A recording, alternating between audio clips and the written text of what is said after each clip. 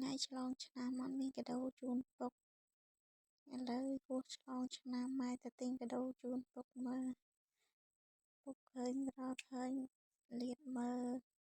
អត់មានកាដូអីធំគេទេមានកាដូតិចតួចជូនពុក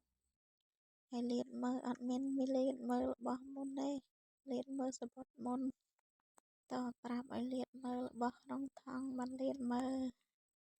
មានតែតិចតួចកាដូតិចតួចជូនពុកថ្ងៃឆ្លងឆ្នាំហួសហើយតែឥឡូវ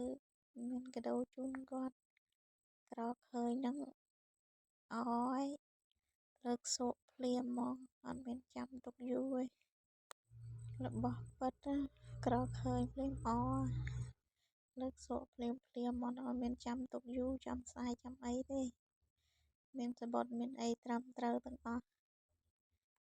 អត់មានអីធំដុំហើយមានប៉ុណ្ណឹងក៏បានដែរប៉ុណ្ណឹងពុកអយ